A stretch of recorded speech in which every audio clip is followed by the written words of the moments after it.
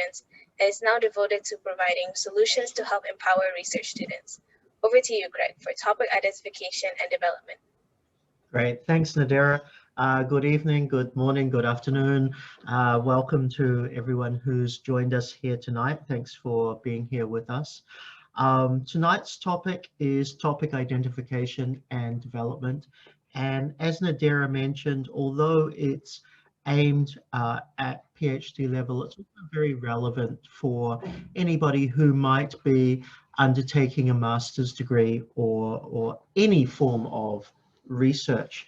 Now, I'm not going to be able to cover absolutely every aspect. So what I'm going to be doing is sharing some of my thoughts on how we can go about identifying topics that are relevant for us as emerging researchers, and also what we then do to refine the topic to effectively being a research question, something not only that we have an interest in, but something that we can actually turn into a genuine research project or research journey.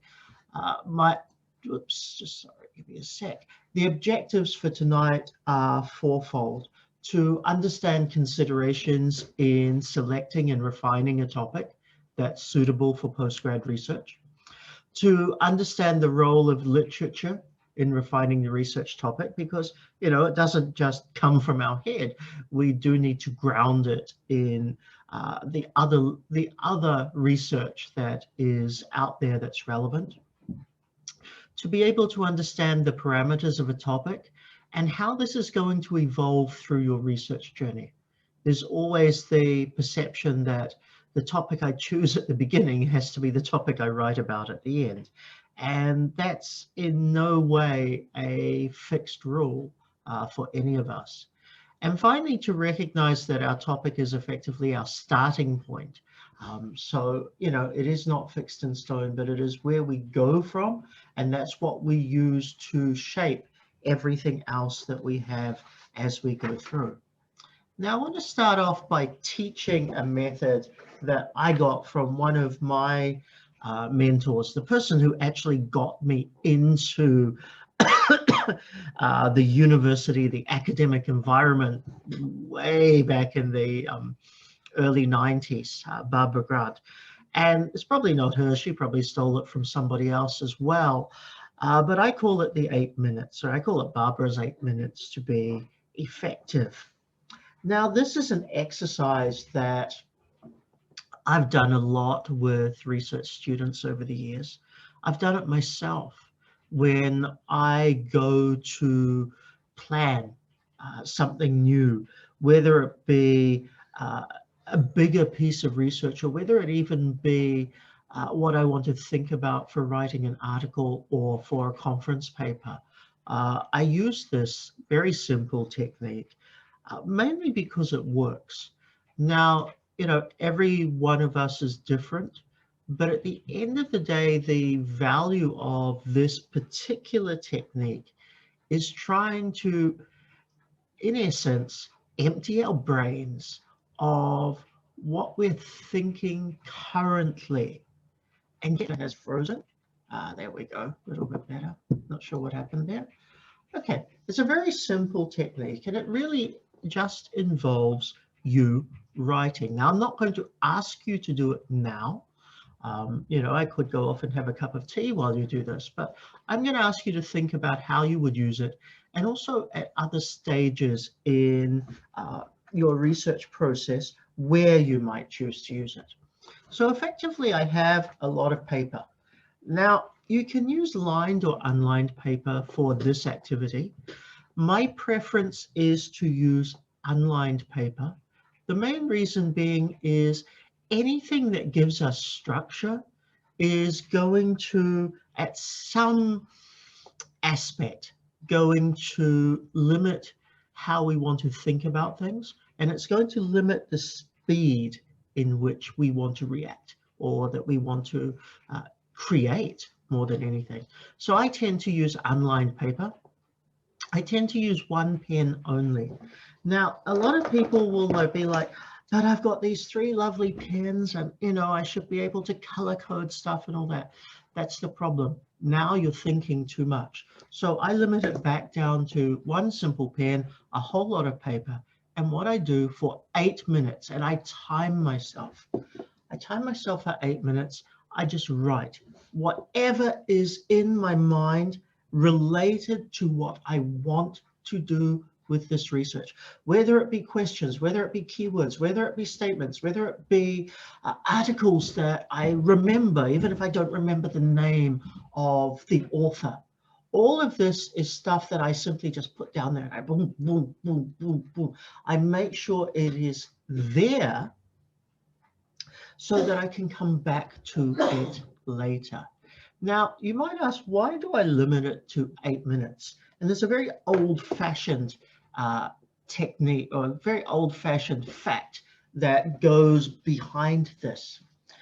Before the advent of technology, our smartphones and tablet computers and anything that makes our work a little bit easier for us, our attention span in a moment of rest used to be approximately 8 minutes. Let's say 8 to 10 minutes was the average person attention span. Now, within that 8 to 10 minutes, you can remain focused on the one task that you're doing, in this case, handwriting a whole lot of things, okay? But you remain focused on that. Now, even though technology has reduced our attention span significantly, what we do find is it still is applicable when we are trying to do something manually, okay, not using technology. And that's again why I come back to using paper, using pen, doing it the slightly old-fashioned way.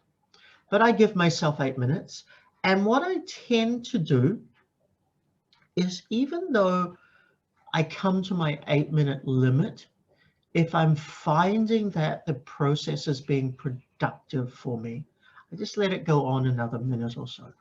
And simply what I want to do is then get all of the information, all of what's in my mind down onto paper so that I can come back to it a little bit later. And I say take a 5-minute break before I go back into it. I don't want to leave it too long, because when I write things, I tend to scribble a lot, as do most of us. We tend to forget what we were meaning by something, so we don't have that opportunity, 6 weeks later to go and say, oh, I wonder what I meant by this, and actually get it right. So we want to do the exercise all within the same parameter.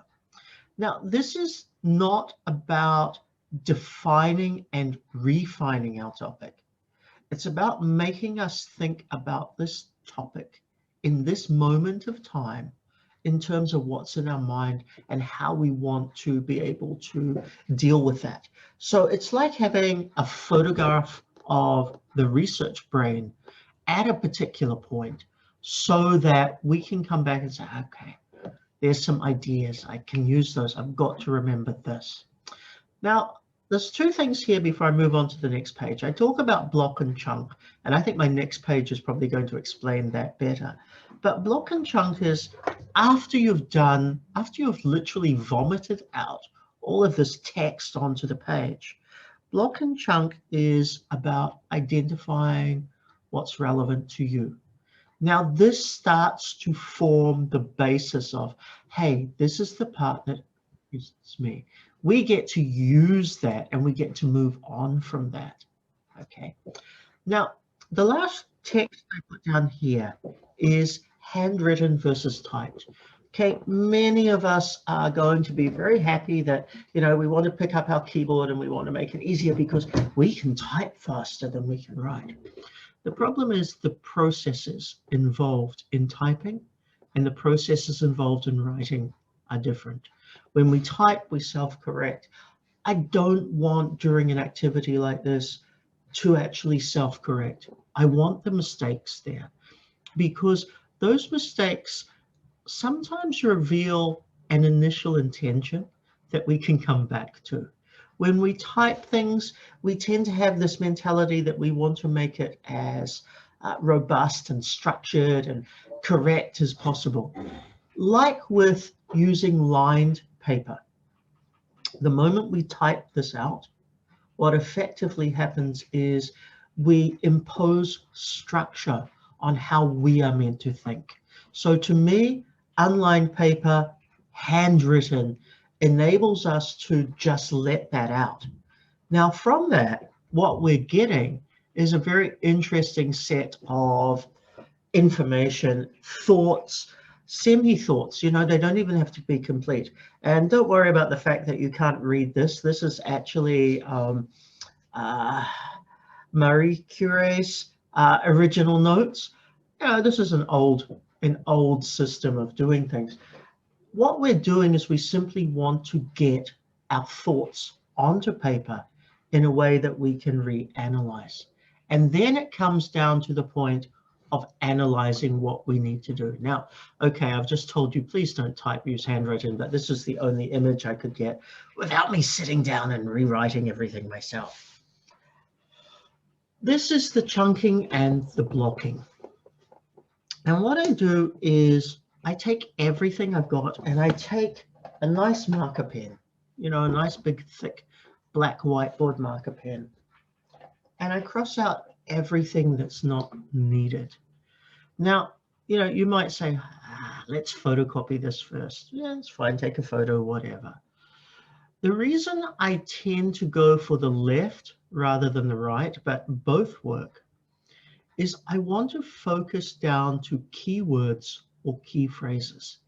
At the end of the day, this technique is not only about getting your ideas out of your mind and onto paper so that you can use those as a foundation for your thinking processes, but it's also to try and refine it down as much as you possibly can. So to me, the more I cross out, the better it is. And what I'm left with is the keywords that form the basis of where I want to start my thinking journey from. Now, this is a technique. This, you know, most people go through and say, look, there's an easy solution. Let me get a highlighter pen and just highlight the keywords. The moment you highlight keywords, you still are lost within the whole context of all of those words that are there. This is a technique I've used from early university days with examinations. It's a technique I teach to students when they read case studies. It's a technique that I like to use with research itself. So instead of highlighting, chunk out everything you want, block out everything you don't want, and be left with, like what we've got on the left, keywords that are going to help push us in the next direction. Now, how do I use this? It is a first step. You know, nobody's saying you have to have your topic done at this, but what it helps you do is to identify some keywords. It helps you to identify and to remember what you are thinking about at the start of the journey. Now, this is not something you do only once. At different stages along your research journey, you can repeat this activity, whether it be for specific things like trying to understand methodology, looking for facts, looking for schools of thought, chronology, anything. You can always do this activity. It's almost like a test of yourself as to how your thinking is changing. So even though I advocate, hey, a very early step is to put down in paper, in writing, the types of things we've got. It's something that can be done as we read more and more literature, and as we develop from that, and as we change our thinking, because it's simply a way of making sure that we are forcing ourselves, or, you know, we probably better say we are encouraging ourselves to focus on certain things. So to me, it's a great first step. It's something that I use regularly during a process as I need to be able to not refine my thinking, but to collate my thinking in one place so I can see the patterns. And the more I block out, the more patterns I see. Now that starts to help me, A, refine my topic, but B, to actually see where I'm heading in this particular research journey. And as we develop, we use it in conjunction with the literature that we have got. Okay, so let's have a look at the link between our topic and our proposal, because most of us think the first step in the research journey is writing a research proposal. But the reality is the first step in the research journey is finding a topic that justifies us writing a proposal, maybe a day later, a week later, further down the track. The proposal and the topic are certainly not the same thing. So to take some horrible contemporary terminology, the topic becomes our starting point or our spark of joy. It's the thing that we're interested in, the question or the idea that we want to ask about. It's that point that we want to say, this is what I'm interested in exploring. Not, this is what I want to answer. This is what I want to explore. So remember, as we choose the topic first, we're finding an area to explore. And as we spend time with our literature and our thinking and other processes, we narrow that down to the questions we want to ask in order to get the topic. The topic gives us an area that we are comfortable to and can work with. Now, this has got to come from a few different things. This comes from our own mind that, you know what, this interests me. I want to understand this. I want to learn about it. But it's also that actually there are gaps in the literature, or there is guidance from the literature that suggests how we can proceed and develop this particular topic as we go through. Now, I'm going to say there are two proposals, okay? At the very beginning of the research journey, you probably have a one-pager or a very small document that kind of outlines the general idea, where you think you're at for the day. It's not something that dictates the remainder of your research. It's not something that, is fixed in stone again. But it is something that you would take to a prospective supervisor and say, look, this is what I'm thinking about. How does this align with what you would like to do for research students? Because remember, it's still a two-way process. You have to go to them with something in hand to say, this is my area that I want to explore. The real research proposal is what you spend a good chunk of your first 6 months to 1 year of your PhD doing. And that's a formal proposal that identifies everything. When we choose our topic, we don't have the luxury of 6 months to a year to choose. What we do is we want to get an area of interest that says, this is the thing for me that I would like to explore, and then we develop it into a formal approach. So our initial one-pager, as simple as anything, outlines where we want to head. It gives us a little bit of a direction. The formal proposal, what we do within typically the first year of our enrollment, is we use that to solidify our approach, to explain why we are doing this, and to offer a direction. And that gets us more embedded into the literature.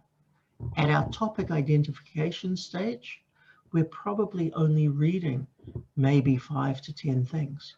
And we're probably only surface reading them rather than going in depth to understand the complexities and the linkages that are there. Our ultimate goal is to find enough to proceed to a formal proposal. And that's what our topic identification is. Now, to me, there are three things that we have to consider. Technically four, but I've linked two of them together. One is our intuition and interest. The second one being the literature. The third one being the requirements. You cannot go into creating a potential topic only looking at one or two of these. You must look at all three. Intuition and interest comes down to two main things. One, is the topic something I genuinely have a question about? Your research is going to be far more successful if you like the topic. If you're simply doing a topic because somebody told you go do it, this is available, you're probably not going to come out of the process a very motivated researcher. You may still succeed, but you're probably going to come out of it thinking, thank God that's over, rather than what's next. And that's important. So we look at interest, but intuition is also, where do we think the gaps are? Where do we think the opportunities are? Or where do we think we can add value to the experience, to the research process, and ultimately to the body of literature that's out there? So we want to look at that. We want to ground it in some literature. Now here's the problem. You're trying to choose a topic. If you delve headfirst into literature, you're probably going to be overcomplicating your thinking processes. Remember, we're trying to get a direction, not a path at this stage.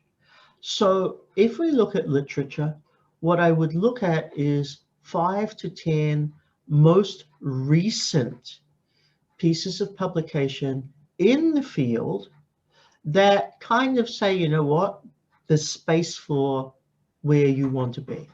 It's kind of like a second guessing for ourselves. You know, we have our intuition, we have our interest, we go to a few journal articles or even conference papers. You know, here's the time where gray literature actually really helps fill in the gaps a lot more than perhaps, you know, the other more solid research that's out there, because that's more contemporary. It also gives us a chance to see what other people are doing quickly that may align, or may say to us, you know what, they're doing it.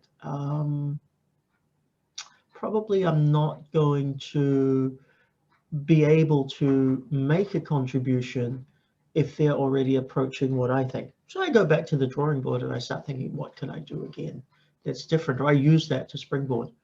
But I just want a little bit of literature to, at the first stage, confirm that the direction I'm thinking about is right. The third one's really important, and that's requirements. And quite often we forget about these more than anything else. And this is requirements of the university. These can be both formal or informal. So I think back to when I first started my master's degree, and I did a 1+1 master's, which was a year of papers and then a year doing thesis research and writing. And I came through a particular department which kind of had a, you know, a bit of a split in it in terms of core areas. Although I ended up by effectively being an economist through my training, I was very much interested in sociocultural geography. And there's a link between the two, surprisingly. But my early years, before I really had to settle and choose that path, I was interested in cemeteries. And I wanted to do an analysis of cemetery landscapes and the emotional attachment individuals had to cemeteries. So yeah, not really what an economist would do, but at the time it was something that piqued my interest. The problem was the informal requirements from my department was, although people liked the topic, nobody was really quite ready to supervise something that was that macabre in its approach. And, you know, we're not talking today, we're talking nearly 30, 28 years ago. So it was a bit different, and researchers didn't want to step out and do something that was a little too unusual for them as supervisors. And, as I said, it wasn't a formal requirement. But then the universities have formal requirements as well, which might say to us, look, there are some things you can't touch upon, or there are some things that we are not comfortable with, or simply being, if you can't find a supervisor with that, with an ability to fully supervise that area, don't try it. So this is again why I put this in here. We've got to have in mind what are the resources, i.e. university, that are available to us so that we can have a reasonable shot at succeeding with our research. Now I've put 3 things down here. We start with a broad topic because that's where we want to be today. And this is the space I want to be in. Now, let's take an example. And I'm going to use cemeteries as an example simply because it reminded me of something. The space I wanted to be in was understanding the connection between living people and the monuments that effectively a cemetery create. So what emotions, what connections does a cemetery environment give to us as we walk past or as we go through or whatever? So that's a broad topic. That's a space I wanted to be in. I wanted to understand the connection between human mentality and cemetery landscapes. The narrow topic is where the space the literature guided me to reflect upon.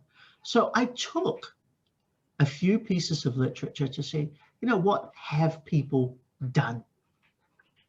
And many of that came down to tombstone shapes, for example, the type of writing and inscriptions and messaging that the living put onto the tombstones to remember the dead. Now that's my narrow topic. It's got me down to, okay, this is about what the structure of a cemetery creates and what it tells us, what it reflects upon. The third part is our refined topic, the space where my contribution will be valued. Now, all of the research that had been done was American. No surprise there, okay? No offense to any Americans who are joining us tonight. But all of the research up until the very early 1990s was American-centric. So my refined topic was to put it in the Australian and New Zealand context. Different culture, similar but different, enough points of difference to refine it to the cultures and to, I guess, the lifestyle approaches that the Australian and New Zealand populations had. So simply, I brought it down. Now we've got to do exactly the same thing, whatever topic we choose or we think about. And again, that's why I start with Barbara Grant's 8 minutes, is I want my number one, I want my broad topic, I want the space I want to be in, I want to think about it, I want to put it on paper.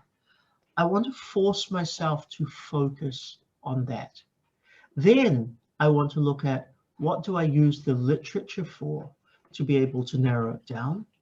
And then once I've got that, which is getting me through the door with a supervisor, I want to invest my time really looking at as much literature as possible, really looking at the connections and the gaps within that, and refining it to a point where whatever contribution I create is going to be of value to not only my PhD research, but it's going to be of value to the research community as a whole.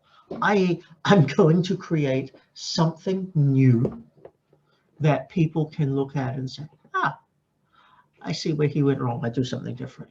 But that's what research is about. It is constant springboarding and stepping stones. Let's move through. We need to also think about determining what our relevance is.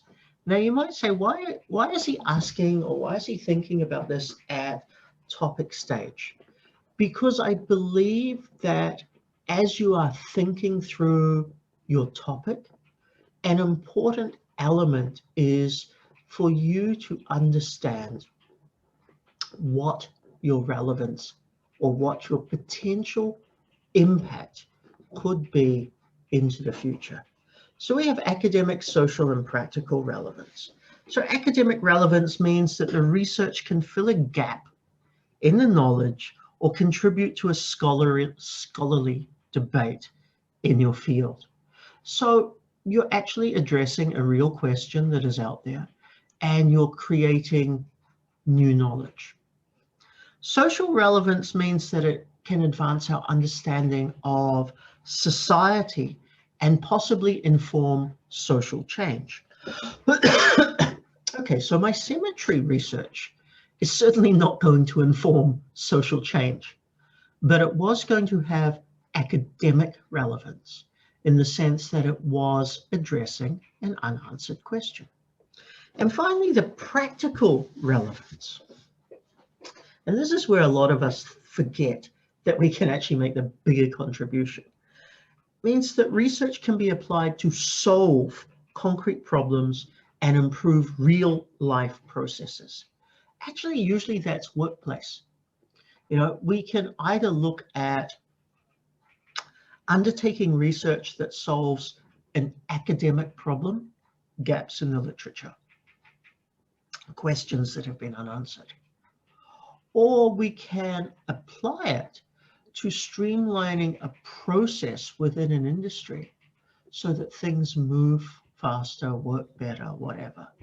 But we solve something that is an everyday requirement. Now, when I ask you to determine the relevance or your relevance, I'm not asking you to identify the fact that your research has to have 3 of these. I'm asking you to say, is it something that's going to contribute to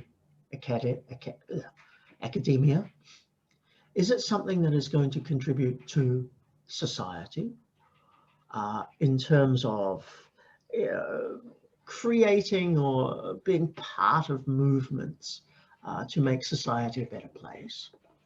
Or is it being something that works on a practical workplace level where we actually have the opportunity to help streamline the way in which things are being done? Now, here's the problem. As you identify your topic, even the first stage, if you cannot find one or more of these 3 things within that topic, your topic's crap. And I don't want that to sound horrible, but at the end of the day, every single piece of research either advances academic, social, or practical. And you've got to know where it's going to be, because that's also going to determine what am I going to read to help me refine my topic to the stage that I want to be at a little bit further down. So let's go to identifying my topic and slowly refining that.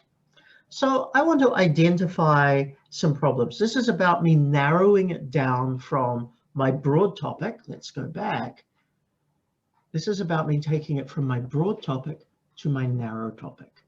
Now, what I want to do is I think about my intuition. And for many of us, intuition is actually the researcher's absolute best this absolute best resource, because we want to be able to look at something and say, ah, okay, I don't think this is going to work, or I think this works really well.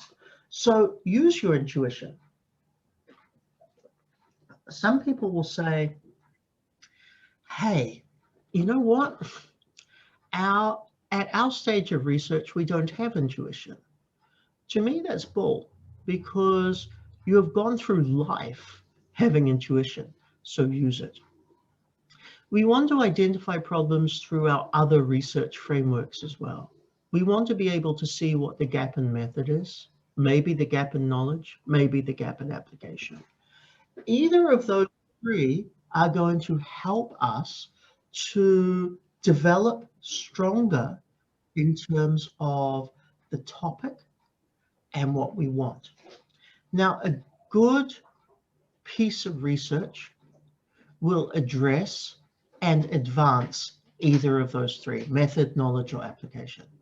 A fantastic piece of research will address all three simultaneously. Very few of us get the chance to have that fantastic piece of research, but we get a pretty good one by perhaps looking at two of these. And as I mentioned just previously, let's just look at workplace-based. Is there a gap in reality? Is there an application or a gap in the application to the functioning tasks that we do on an everyday basis? So moving forward, let's look at the qualities of a good topic. Again, these are just almost like a checklist, but you have to ask yourself, as you're thinking about the topic, do I address each of these?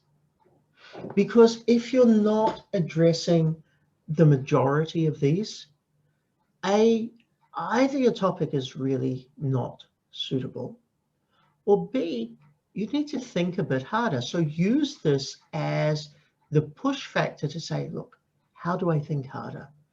And usually that's going to be, this is the point where you say, look, what am I not addressing?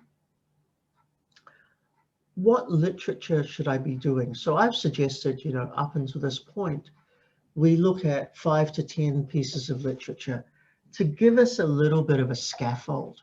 Maybe we need to go deeper with that number. Maybe I need to add another 10 pieces. And, please don't take me at face value by saying that. But, I read a bit more. I refine it. I ask myself, where are the opportunities? So qualities of a good topic come down to the fact that it should be clear. You don't want to have long topics. You want to understand the key elements of it. You want it put together in a very simple sentence. Now, you can either put it together as a statement of fact, or better yet, you can put it together as a question, because that's what it is. A research topic is a question. So even if you've got it as a statement of fact, flip it.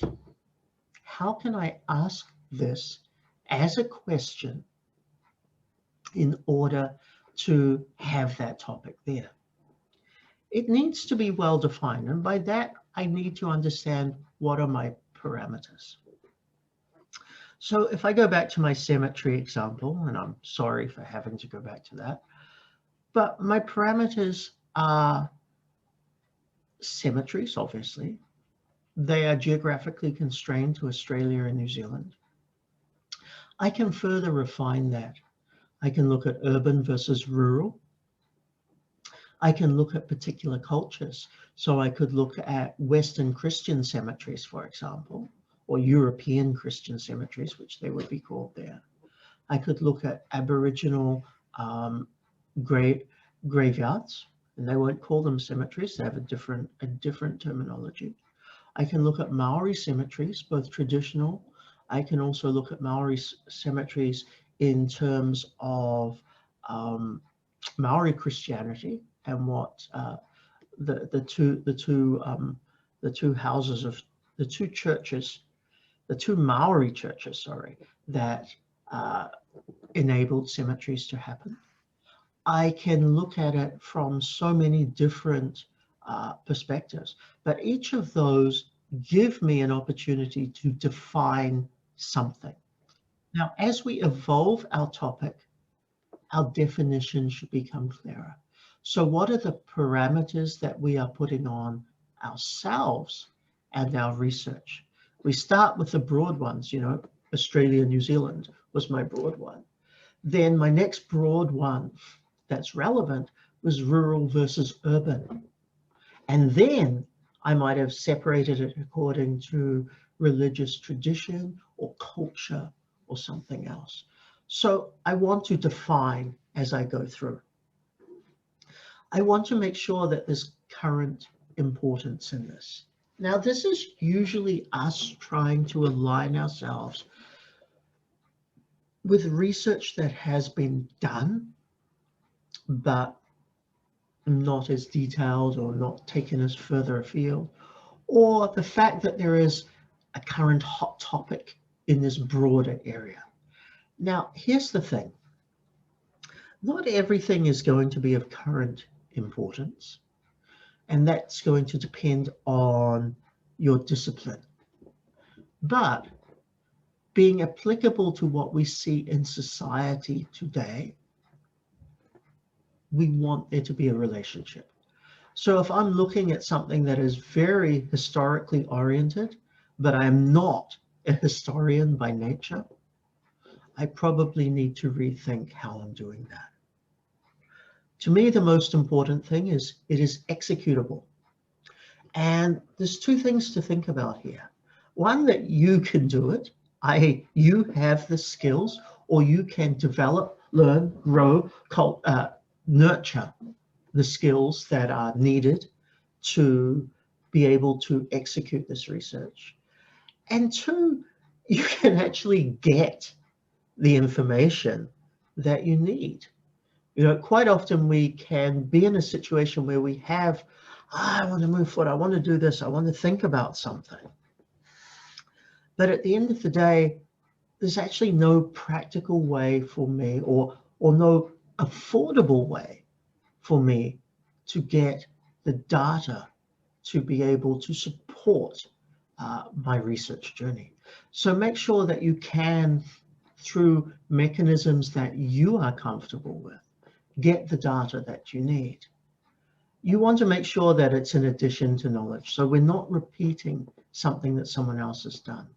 Now, this is a challenge because as we early on choose our topic and think through what we want to do, we don't have the chance to read absolutely everything, which is why I say the most important thing is you go to the most recent literature first, and then later you work backwards. You want to see later how it got to that stage. But if I can get an overview of that landscape right today, that'll tell me, am I going to create something new? Am I going to make that contribution? Is it an evolution from somebody else's research, or is it an evolution from the broader context? Now that's important. We want to showcase that we're moving on. And evolution usually comes through a few things. One, it comes through we've adjusted, refined, perfected, or simply created new methodology that helps us to answer an existing question in a new way. It helps us maybe to take somebody else's research and grow that to the level. It might be in terms of, you know, the population that is being sampled, the population that it is being applicable to. It may be the opposite. Instead of growing the population, we may be narrowing it to find what are specific factors that are relevant and applicable just to them, so that we can create or address policy issues. We want to look at originality. Again, you know, this is an element of evolution, but we don't want to research what somebody else has done. We want to make sure that what we are doing is original. It's not going to be a copy paste, or worse, a simple confirmation of somebody else's data set or somebody else's research trajectory to say, oh, well, you know, they got it right. We're not, hopefully, at least for the people that are here tonight, we're not mathematicians who need to prove a formula. We're social scientists who need to find a formula. And at the end, an edge. You know, edge is simply about advancing knowledge. And yes, it's evolution, it's originality, it's addition to knowledge. But the edge is taking our existing research and moving it further and being the linkage for someone else down the track. So, you know, there's a whole lot of things to think about as we're trying to think through. I just wanted to talk about cemeteries. I've still got to think about the fact that I'm setting up future researchers to do their own research and to do more research further down. Right, so let's start with choosing a good topic. We brainstorm our possible topics, so that becomes our interest. These are the things to think about. What are our interests? What's our past exposure to topics? Now, quite often, even if we've changed disciplines, we will have had some exposure either at a university or tertiary level or through our professional employment and career. We will have had some exposure to the topic we want. It doesn't randomly pop in our head as, oh, I suddenly want to do that. We've thought about it. We've read something about it. We've learned something about it. We've had conversations with people about it. Great. Use that. You want to research current events. What's happening around now? You know, we as researchers are told, look at journals, look at conferences, look at textbooks. But we're very seldom told, look at the media. My argument is, look at the media. You know, research through key newspapers or magazines. Not because they're academically robust and going to give us lots of answers, but because they're there to help us see a perspective on a topic. So that's something that's really useful. You know, I'm a great fan of conference papers to help me through, because a conference paper is a work in progress. It's never a completed piece. It's a work in progress because we go to conferences to get feedback, to interact, to get suggestions, to get ideas, to be stimulated. So when I see conference proceedings, especially the ones that are unpublished, because they're more interesting than those that become an actual book, what I use that for is then to be able to see, this is what somebody's working on. This is good for me. Or it either confirms or it tells me, you know what? More far advanced than I am as a researcher moving forward. We want to look at gaps in current research. So this is my 5 to 10 articles.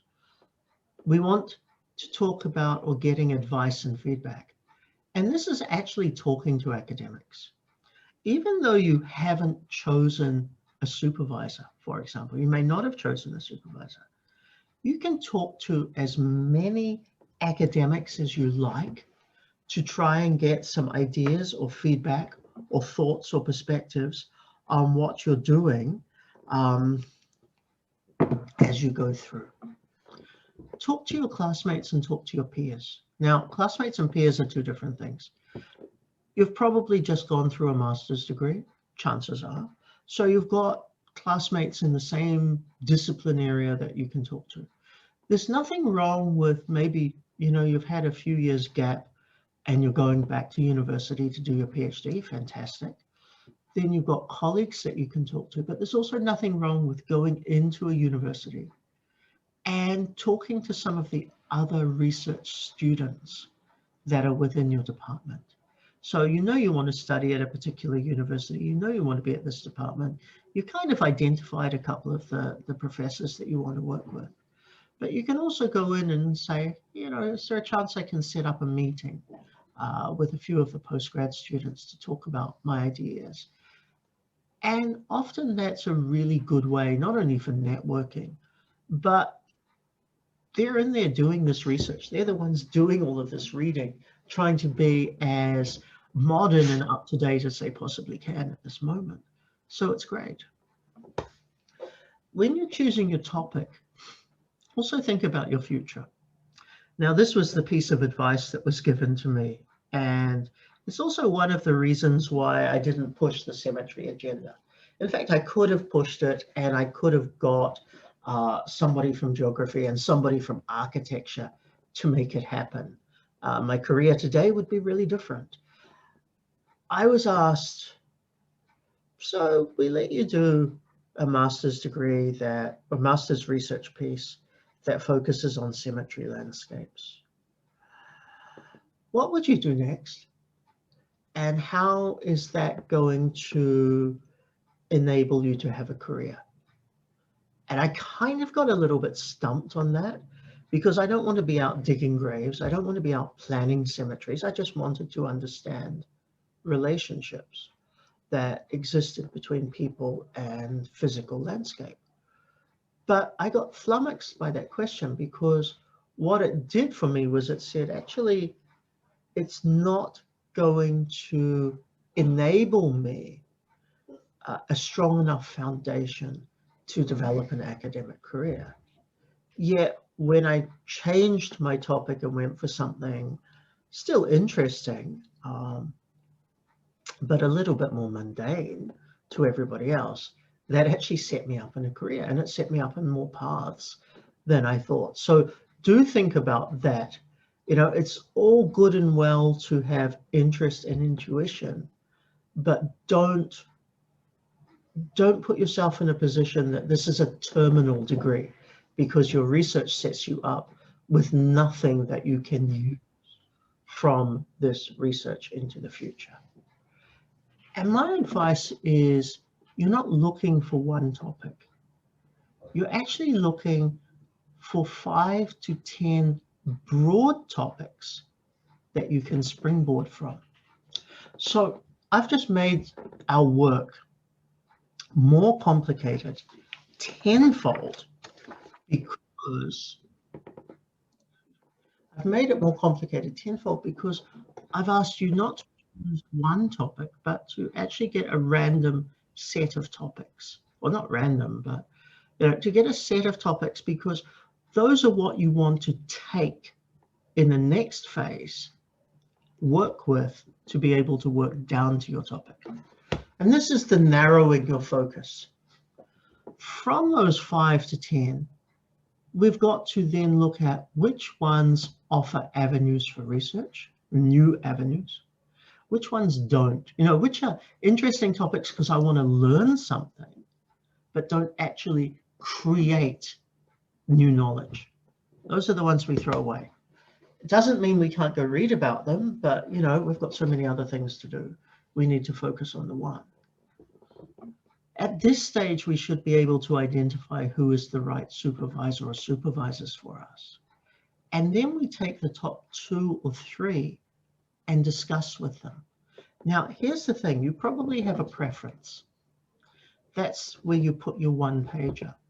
But I think it's also very valuable to go and talk with them and say, look, there are 3 things, well, there are 2 things that I've identified that I'm really interested in. This is my priority, but these other 2 are of strong interest. How do you think I could incorporate? Or maybe I'm missing something and the second choice or the third choice is actually a stronger topic. How can you help me take that the next step? You got to remember, this is not all you. This is the people that are going to be part of your journey. are also contributing to what you have to do and what you have to think about. So it's always good to discuss it and then to keep refining. The great thing about the research topic, which later becomes your research question, which then becomes your research proposal, is it's an evolution. It's always growing. You're either limiting it, you're expanding it, you're manipulating it, you're shifting it around in some way. But it's always an ongoing, it's a work in progress. So right, what I said at the beginning is don't get stuck with the need to be fixated on a particular topic and how that continues. And finally, we want to craft our thesis question. Now, don't confuse thesis and thesis question. Thesis question is a refining question that explains or asks what we want to do with our research, versus the thesis, which is a whole document. We want to start conducting research. Now, this is where we go beyond our 10 articles. This is where we start making our formal research proposal. We conduct research. Now, I'm very strong advocate of using an annotated bibliography. Whether you do that by hand, whether you use software like EndNote or a service like Mendeley or whatever, have an annotated bibliography, which is where you not only have a record of what you've read, but you have a record of the time frame that it's relevant to. You have a record of its key contribution or finding or findings. You have a record of the methodology employed to get to it. And you have a record of how it links to other core pieces of literature. Now, this annotated bibliography is basically having summaries of everything that we've read so that we can come back to it later and say, okay, I know I want to deal with this. But as we craft our thesis question, as we try to identify a very refined, specific question we want to address with our research, the annotated bibliography from day one is going to help. What I've found, and this was learning the hard way, is I'd read a lot of things and I'd put them aside. And I'm still quite bad at this, to be honest. I then come back and think, oh shit, I've got to remember all of these things. And I've got to find them. And what happens is I end up by reading something 2 or 3 times, simply because I didn't always make the record of it that I needed to. So invest a little bit of time right from the day you start to identify your topic, because you're either going to have a list of things that are useful, or better yet, you can have a list of things that you don't ever want to see again because they weren't useful. At least you know not to use them, right? You then want to develop about 5 to 7 potential thesis questions based on this preliminary research. Again, these are the things that get negotiated. So we take our topic in terms of our broad area that we want to be, and we're narrowing it down, and we're trying to get a set of questions. We might use 1, 2, 3 of these questions. Excuse me. We might use only 1.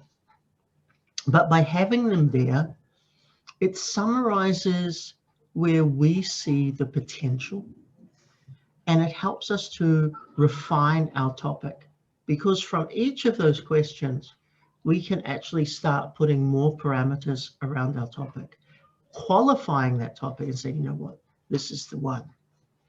You then need to identify the question you think you can best research and answer.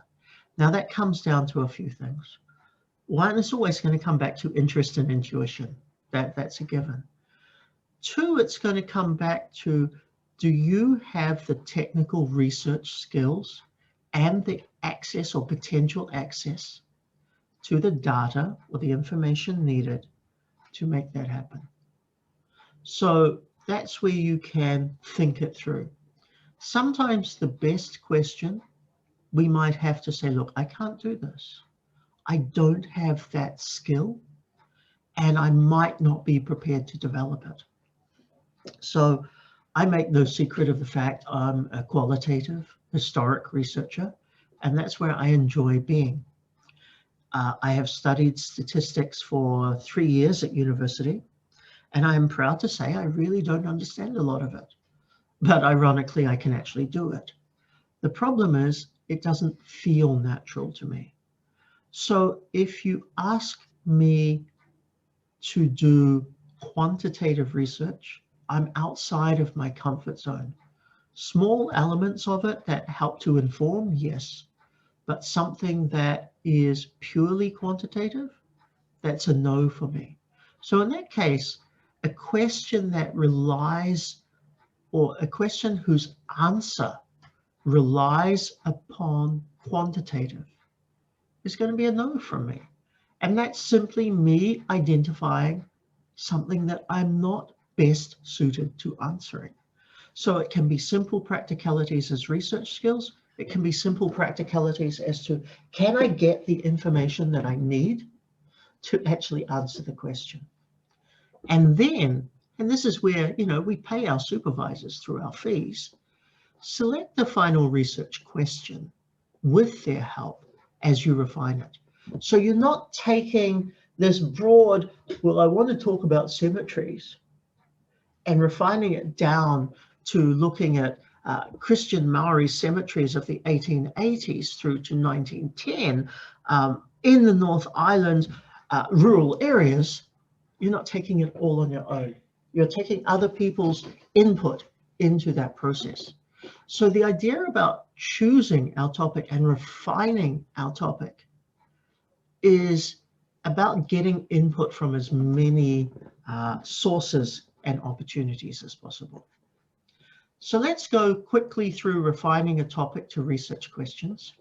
Strong research question is focused and researchable. Now, I've color-coded those because you'll see in the few following slides what they effectively become.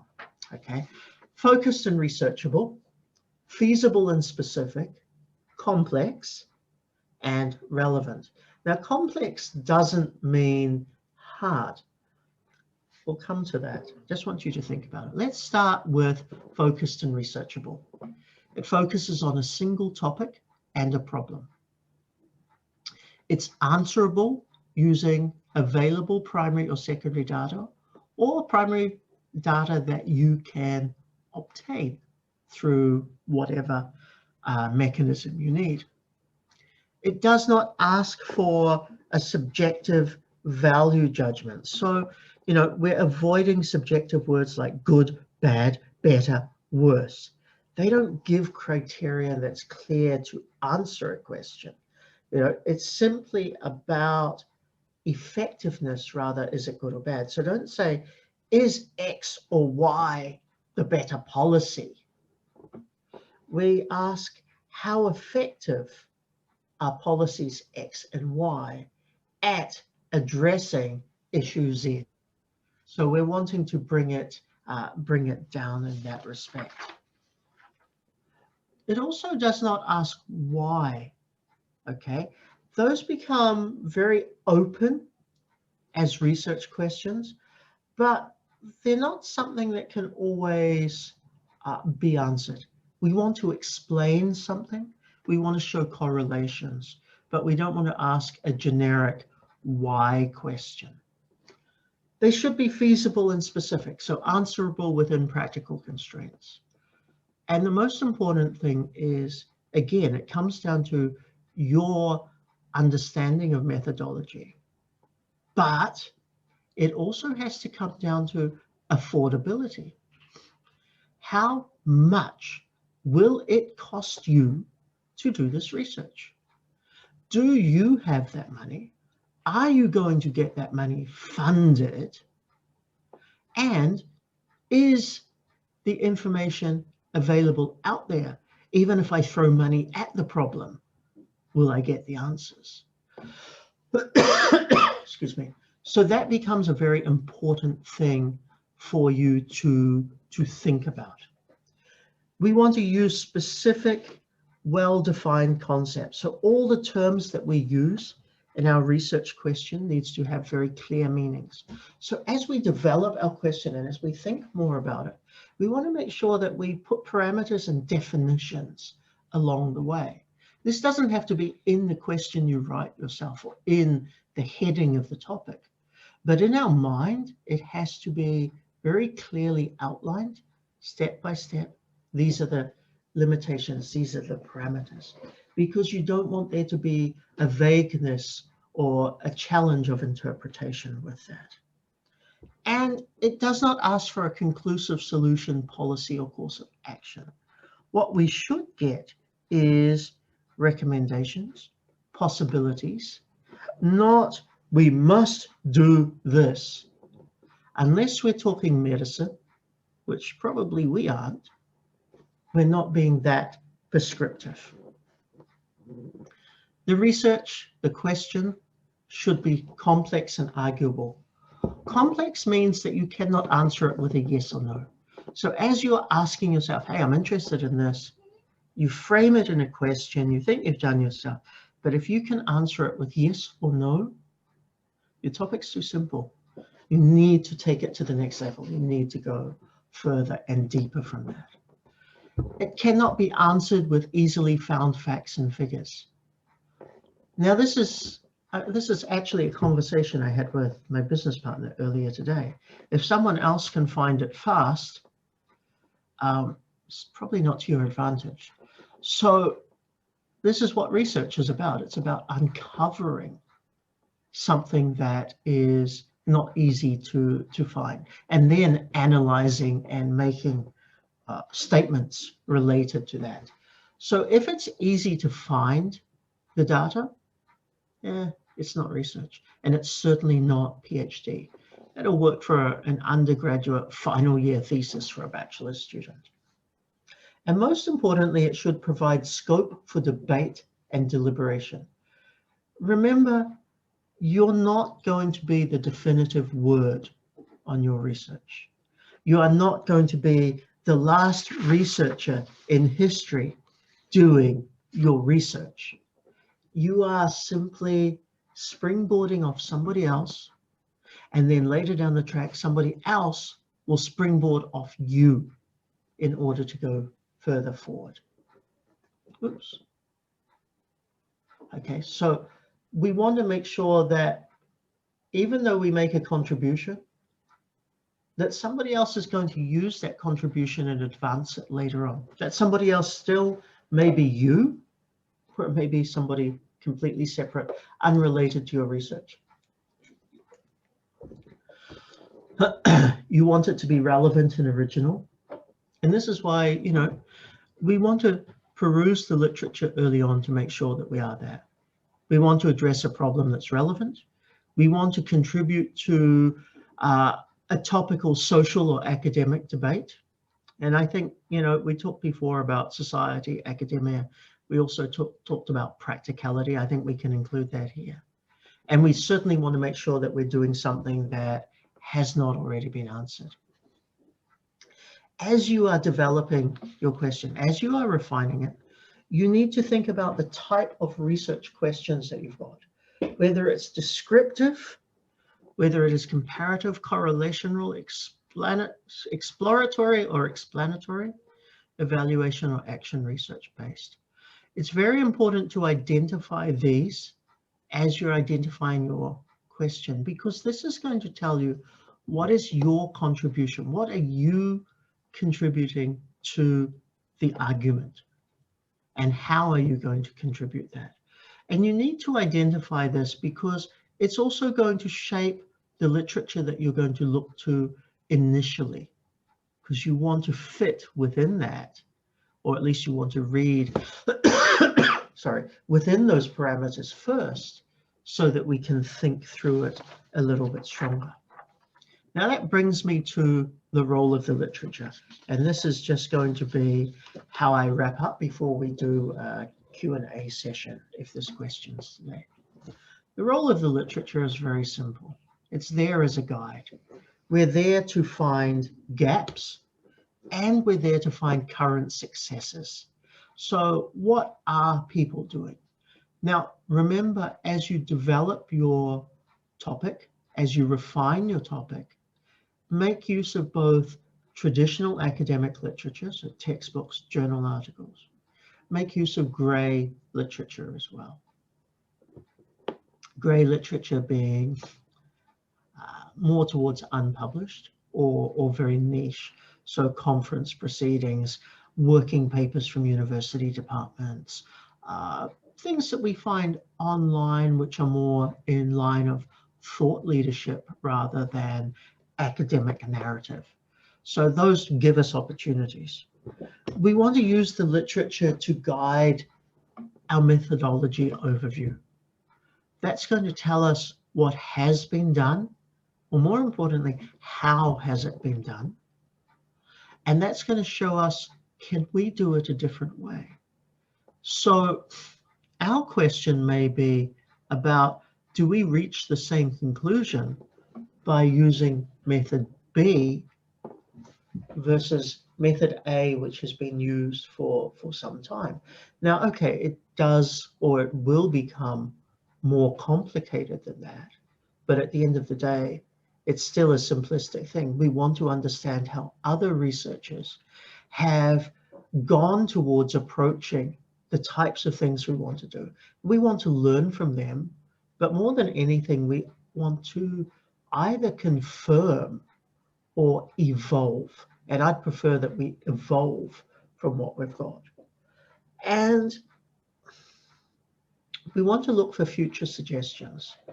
So most researchers will give an overview at the end of their research and say, look, if I had more time, or if I had more resources or whatever, future directions for this. Let's embrace what other researchers suggest as future suggestions in order to develop our research. And this is in fact where we can get some of the very early ideas for our topic from that. I talked before about the annotated bibliography, so curate this right from the start. Promise you won't regret it. And ultimately, how much literature is needed. In order to get a broad topic, we're looking at 5 to 10 key pieces that are very current. As we narrow our topic, we should be adding 10 to 20 pieces of literature to help refine the ideas. As we go into creating a literature review and to curating a formal research proposal, we can be in the hundreds. It depends on what's available out there. It depends on how deep you go, but don't limit it to just about 10. And I just want to leave with one slide, the role of literature. What do we look for? Analyze your primary sources. So look for tension. Look for interest, ambiguity, controversy, and/or complication. Any of those that come through other researchers' writing is going to suggest opportunity for you as a researcher. Whether or not the author contradicted himself or herself, that can actually happen across papers or even within, excuse me, even within a particular paper. Is there a point made that has later been reversed? That's controversy. Just because it's changed doesn't mean you cannot create a third direction for it. And look for what are the deeper implications of the author's argument. Now, all of this is going to shape your thinking, because if you can identify any of these within somebody else's work, you can make that a component of your topic for your research work today. So just to read the last part, figuring out the why to one or more of these questions or related questions will put you on the path to developing a working thesis. Without the why, you probably have only come up with an observation that there are, for instance, many different metaphors in such and such a poem, which is not a thesis. Well, effectively, let's take the English language reference out of that. But we simply just come up with observations rather than a genuine, intelligent piece of research. So that's my overview in terms of thinking through a topic and the things you need to consider, the factors you need to consider.